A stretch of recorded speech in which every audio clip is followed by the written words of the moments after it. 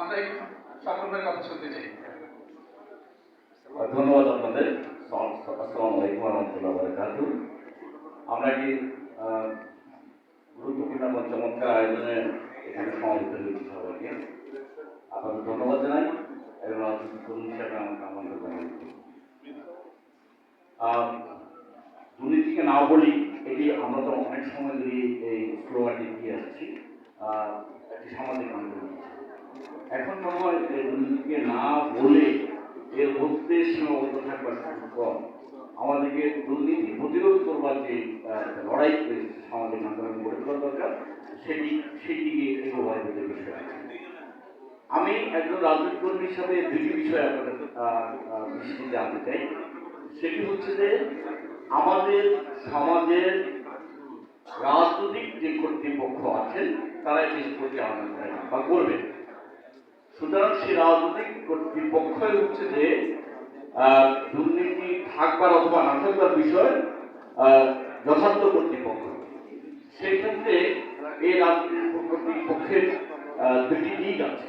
একটি হচ্ছে যে আমাদের দেশের রাষ্ট্রীয় যে কাঠামো, ক্ষমতা কাঠামো যেটি আছে সেটি কেমন।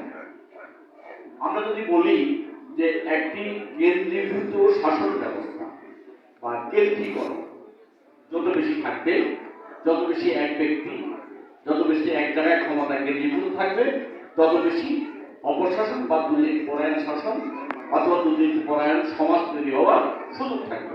কারণ সেখানে প্রশ্ন করা যায় না, সেই ক্ষমতাকে আঙুল তোলা যায় না। আমাদের রাষ্ট্রীয় কাঠামোর দিকে যদি তাকাই, সেই দিকে আমরা দেখি যে এটি একটি কেন্দ্রীভূত শাসন ব্যবস্থা, সেখানে কোনো প্রশ্ন করার সুযোগ নেই। আরেকটি কারণ হচ্ছে যে আমাদের দেশে মনে করা হয় যে শুধু রাজনীতিবিদরাই দেশটাকে মালিক এবং দেশটা শাসন করবার একমাত্র বৈধ সরকার অধিকারী। যেমন আমাদের রাজনৈতিক ব্যবস্থা সেটি আছে, নির্বাচন করবে, পলিটিক্যাল পার্টি নমিনেশন দেবে, পলিটিক্যাল পার্টি ইন্ডাস্ট্রি লিমিটেড হবে এবং তারাই সোর অথরিটি। এর বাইরে নাগরিকদের, শ্রেণী পেশার মানুষদের, সমাজের বিশেষায়িত মানুষ যারা আছেন, বিভিন্ন অঙ্গনে কাজ করে কৃষ্ণরক্ষ মানুষ আছেন, যারা শুধু রাজনীতিবিদদের কাছে আবেদন করবেন যে আপনারা দুর্নীতিমুক্ত সমাজ করেন। কিন্তু তারা যে এই প্রক্রিয়া অংশীদার হতে পারে, রাষ্ট্রের মালিকানায় অংশীদার হতে পারে, ক্ষমতা গ্রহণ সিদ্ধান্ত গ্রহণে তাদের অংশগ্রহণ করবার সুযোগ আছে, সেই বিষয়ে দাবি তারা তোলেন না। তারা রাজনীতিবিদদের হাতে ক্ষমতা ছেড়ে দিতে চায়। সুতরাং কেন্দ্রীভূত শাসন কাঠামোর মধ্যে দিয়ে দুর্নীতিমুক্ত রাষ্ট্রীয় ব্যবস্থাপনা গড়ে তোলা সম্ভব নয়। সেটি করবার দায়িত্ব রাজনৈতিক কর্তৃপক্ষের। একই সাথে শুধু রাজনৈতিক দলের ব্যবস্থাপনায় বা কর্তৃত্বে বা ক্ষমতায় দুর্নীতিমুক্ত সমাজ গড়ে উঠবে না। সেখানে সমাজের রাজনৈতিক দল বহির্ভূত যে অংশীদাররা আছেন তাদের অংশীদারিত্ব বা ক্ষমতার কাঠামোর ভেতরে তাদেরকে নিয়ে যাওয়ার চেষ্টা করতে হবে। যেমন একটি উদাহরণ বলি, আমরা জুলাই সমাজের আপার হাউসের কথা বলছি, সেখানে বলা হয়েছে যে বিয়ারের ভিত্তিতে বলা হবে, এক ধরনের অগ্রগতি আপার হাউস ক্ষমতা ভারসাম্য তৈরি করবার জন্য। কিন্তু আমরা বলি, আমার দল পক্ষ থেকে বলি যে উচ্চ কক্ষটি কেন রাজনৈতিক ভিত্তিতে আবার ডাম্পিং স্টেশন করা হবে? কেন শুধু রাজনীতিবিদরা ওখানে যাবে? কেন সেখানে নগর পরিকল্পনাবিদ, সাংবাদিক থেকে বুদ্ধিজীবী থেকে বিচারপতি থেকে শুরু করে বিশেষায়িত মানুষদের সেখানে এই ক্ষমতা কাঠামোর ভেতরে অন্তর্ভুক্ত করা যাবে না? কিন্তু সেটি রাজনৈতিক দলগুলো গ্রহণ করতে রাজি নয়, কারণ রাজনৈতিক দলগুলো মনে করে তারাই একমাত্র ক্ষমতার মালিক। আরেকটি বিষয় হচ্ছে বাংলাদেশের রাজনৈতিক কর্তৃপক্ষর যে শীর্ষ জায়গায় যাওয়ার যে প্রতিযোগিতা, যেমন আমরা এখন ইলেকশন দেখছি, যে পলিটিক্যাল প্রসেস অথবা পলিটিক্যাল পার্টি ম্যানেজমেন্ট যেটি আমরা বলি, এই ব্যবস্থাপনাটা কেমন? এই ব্যবস্থাপনার ভেতরেই কিন্তু আপনি দুর্নীতি দেখতে পাচ্ছেন। এই প্রসেসটাই অগণতান্ত্রিক। অগণতান্ত্রিক মানে সেখানে দুর্নীতি। আমরা অনেকে বলেছি যে আমাদের মনোনয়ন পদ্ধতি থেকে শুরু করি বহু বিষয় আছে, এবং দলের নেতৃত্ব নির্বাচন থেকে শুরু করি, প্রত্যেকটা প্রসেস এমনভাবে গড়ে ওঠা সেখানে দুর্নীতিমুক্ত এই রাজনৈতিক দল ব্যবস্থাপনা যেখানে গড়ে ওঠে নাই, সেখানে রাষ্ট্রীয় কর্তৃপক্ষ যখন তাদের হাতে ক্ষমতাটা যাবে তখন সেটি আর দুর্নীতিমুক্ত হওয়ার সুযোগ থাকে না।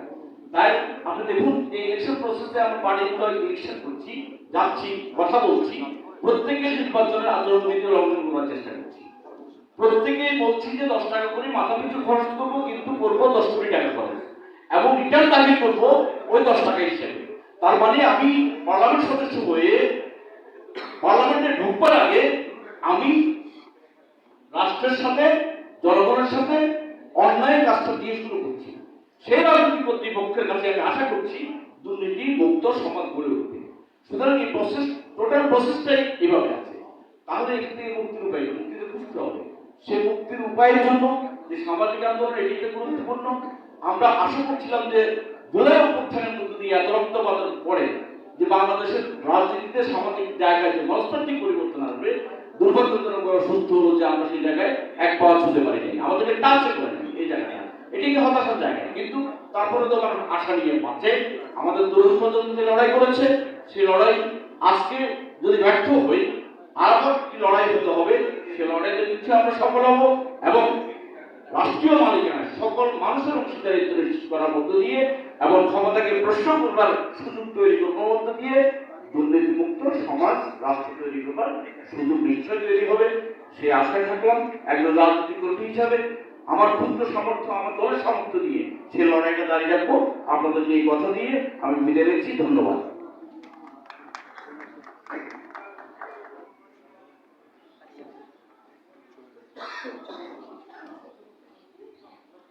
ধন্যবাদ